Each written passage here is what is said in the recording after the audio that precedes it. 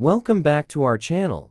Today, we will talking about the UK 1 penny 1911 coin. We'll also take a closer look at recent results from a heritage auction. So, let's get started. The UK 1 penny 1911 coin is a true piece of numismatic history. Minted over a century ago, the value of the 1911 UK 1 penny coin varies based on its condition, rarity, and demand among collectors. Generally, well-preserved specimens with minimal wear tend to command higher prices in the market. To truly understand the significance of the 1911 one-penny coin, we need to delve into its historical background. In 1911, King George V ascended to the throne, and this coin was issued during the early years of his reign. The design features the bust of King George V on the obverse and a seated Britannia on the reverse, showcasing the British Empire's influence at the time. The coin in question, graded in extremely fine condition,